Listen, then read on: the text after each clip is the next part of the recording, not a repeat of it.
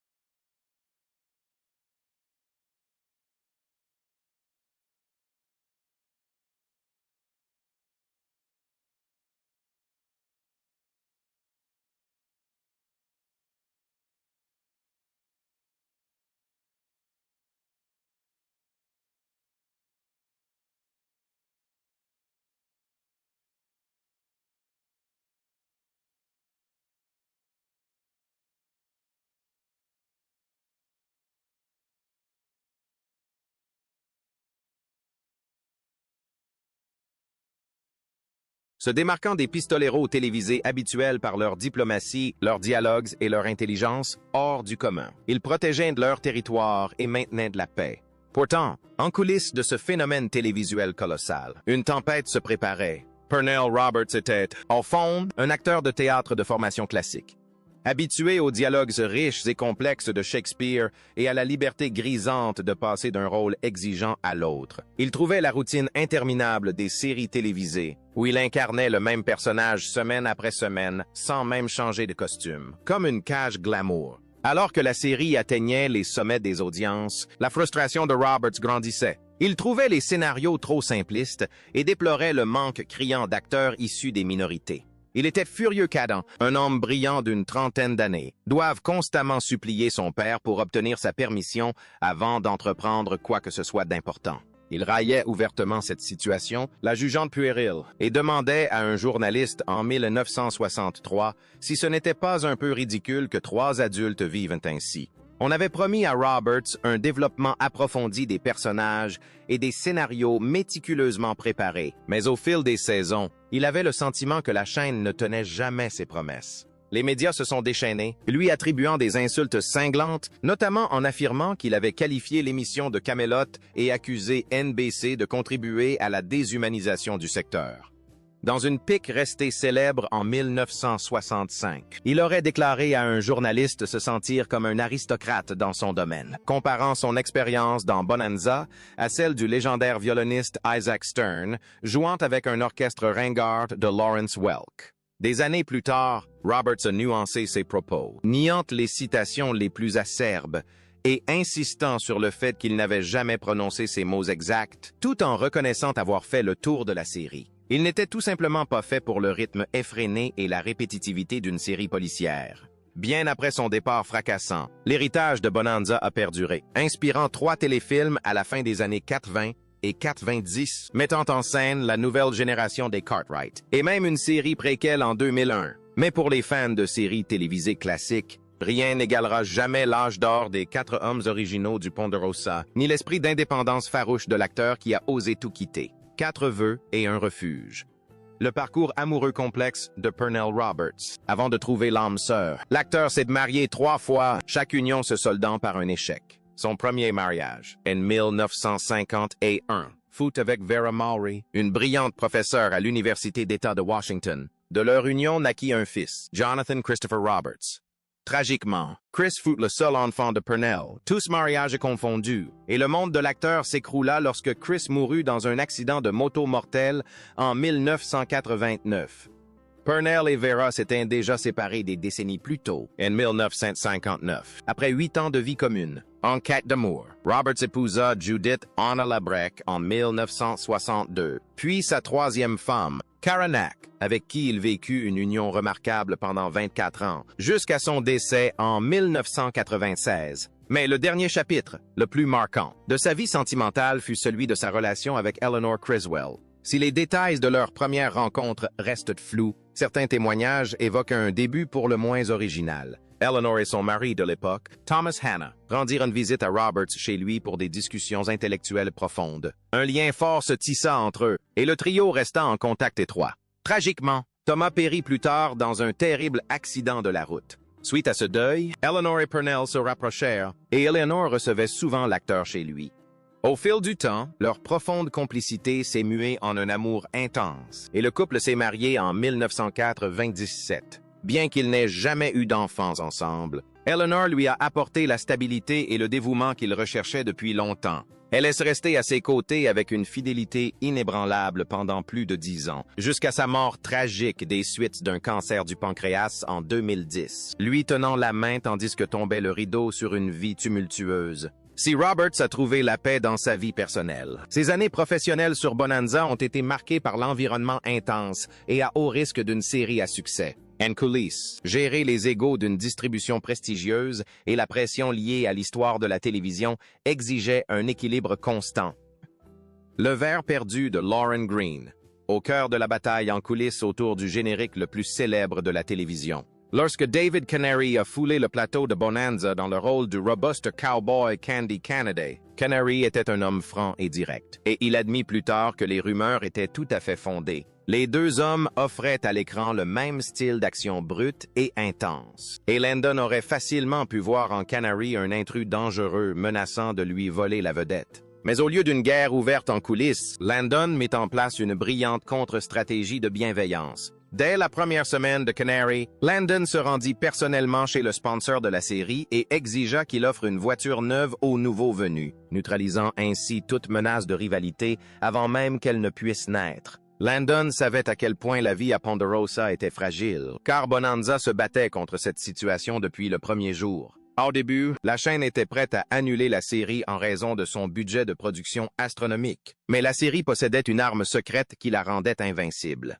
C'était la première série dramatique entièrement filmée en couleurs éclatantes. RCA, propriétaire de NBC, avait désespérément besoin d'une vitrine spectaculaire pour inciter les Américains à acheter des téléviseurs couleurs. Ils prirent un pari audacieux en programmant le western le dimanche soir, une case horaire de grande écoute, et ce coup de maître s'avéra un succès retentissant. Ce drame palpitant toucha si profondément le public que Bonanza pulvérisa les records du secteur, se hissant dans le top 5 des audiences Nielsen pendant 9 saisons consécutives. À la fin de son parcours historique, la série totalisait 14 saisons, s'assurant ainsi la 2e place des westerns les plus longs de l'histoire du prime time. Juste derrière le phénomène Gunsmoke, elle devint un véritable phénomène culturel, jusqu'à son générique légendaire. Si les fans ne connaissent d'aujourd'hui que la version instrumentale, la musique donna lieu à une véritable guerre de paroles en coulisses. Plusieurs versions de paroles cachées furent écrites,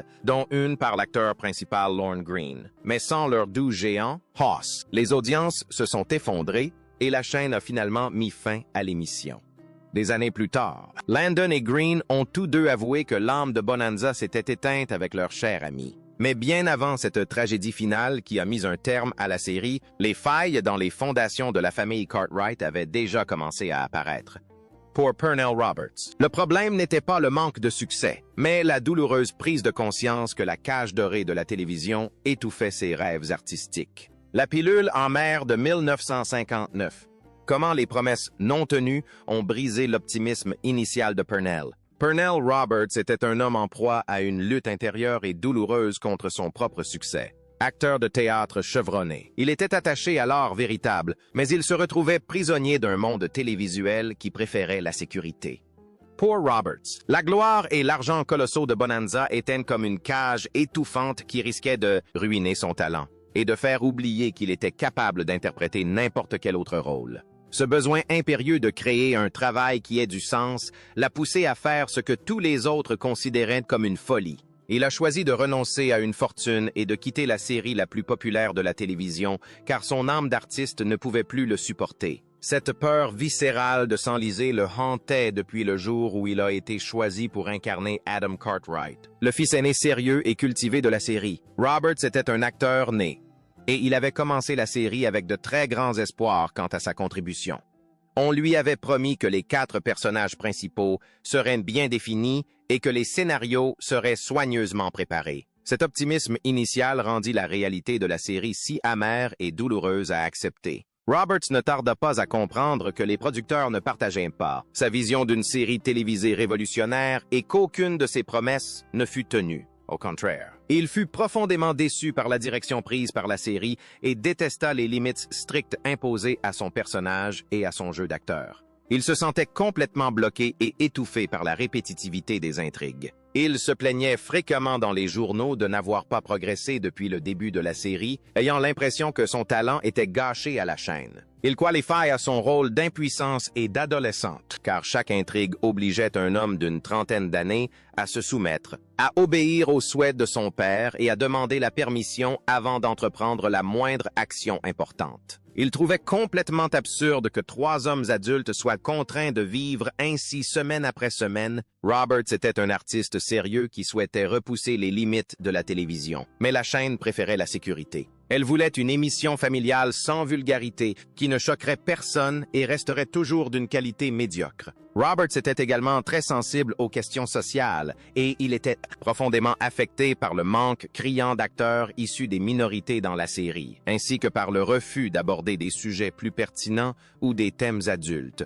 Il souhaitait que la série gagne en maturité, mais la chaîne refusait catégoriquement de modifier sa formule lucrative. Au fil des saisons, son mécontentement n'a fait que s'accroître. Le côté étouffant des séries télévisées et la structure rigide d'un feuilleton hebdomadaire sont devenus un véritable fardeau pour lui. Jouer exactement le même rôle semaine après semaine, sans aucune liberté créative, n'était plus un défi, et le stress de cette routine incessante a plongé Roberts dans une véritable crise de panique. Alors que critiques, producteurs et collègues lui répétaient sans cesse qu'il ferait mieux de se taire, d'arrêter de s'inquiéter et de profiter de l'argent, Roberts leur répondit par une réplique devenue légendaire. Il déclara à la presse que s'il se forçait à faire quelque chose auquel il ne croyait pas, il pleurerait jusqu'à l'argent. Pour Pernell Roberts, l'argent n'a jamais été le plus important. Ses besoins étaient avant tout artistiques et il tenait bien plus à sa tranquillité d'esprit, à savoir qui il était et à rester fidèle à son art. L'argent était certes une aubaine, mais il devait se regarder en face et choisir entre courir après un salaire, mirobolant ou tenter sa chance et faire ses preuves en tant qu'acteur sérieux.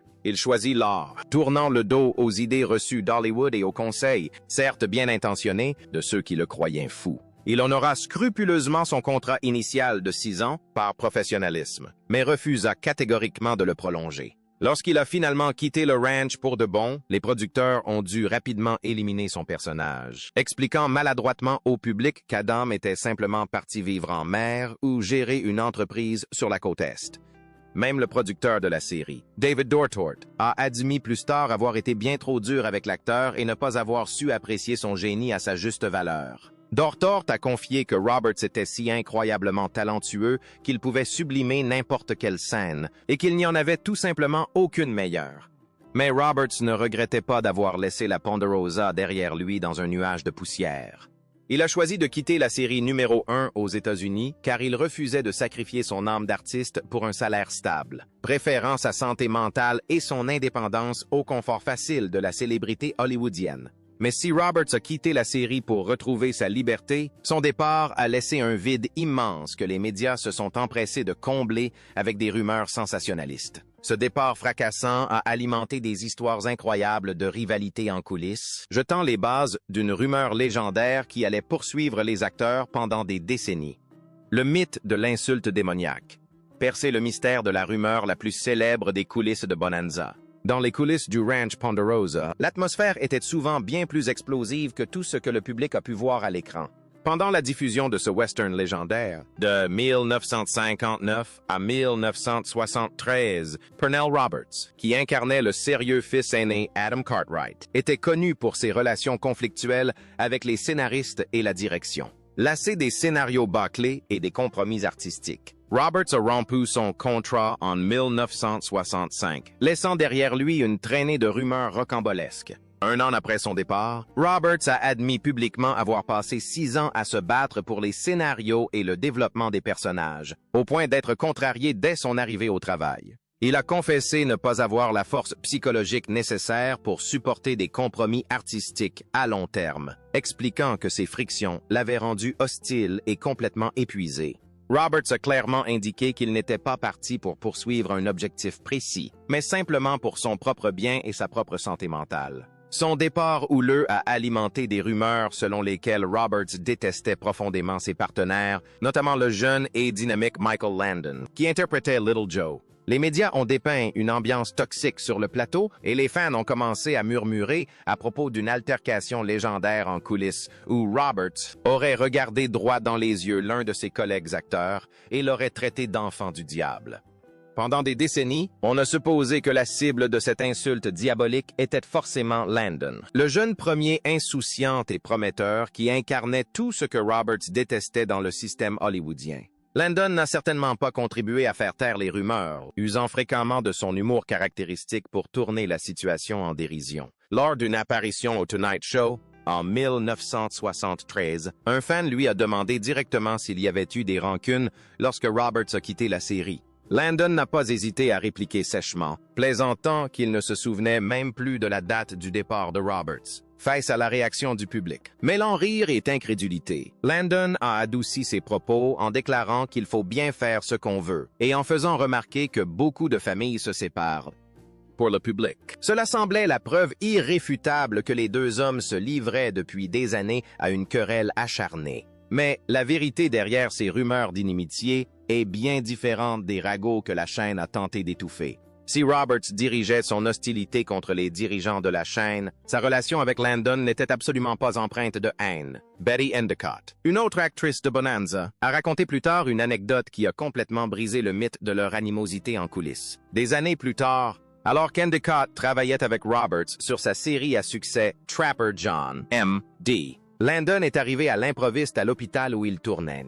Quand Endicott l'a interrogé, Landon l'a aussitôt fait taire, expliquant qu'il était venu rendre visite à sa mère, mais qu'il voulait faire une surprise à son ancien partenaire. Endicott a observé attentivement Landon s'approcher discrètement de Pernell par derrière et lui tapoter doucement l'épaule. Au lieu d'une confrontation hostile, si Roberts était d'une intensité inflexible lorsqu'il s'agissait de son art, cette même hargne n'était jamais dirigée contre Michael Landon. Derrière les plaisanteries et les rumeurs d'une querelle acharnée, les deux frères Cartwright partageaient une amitié profonde et indéfectible qui a survécu à la disparition du ranch Ponderosa. Quel est votre épisode préféré de Bonanza à ce jour? Partagez vos impressions dans les commentaires ci-dessous.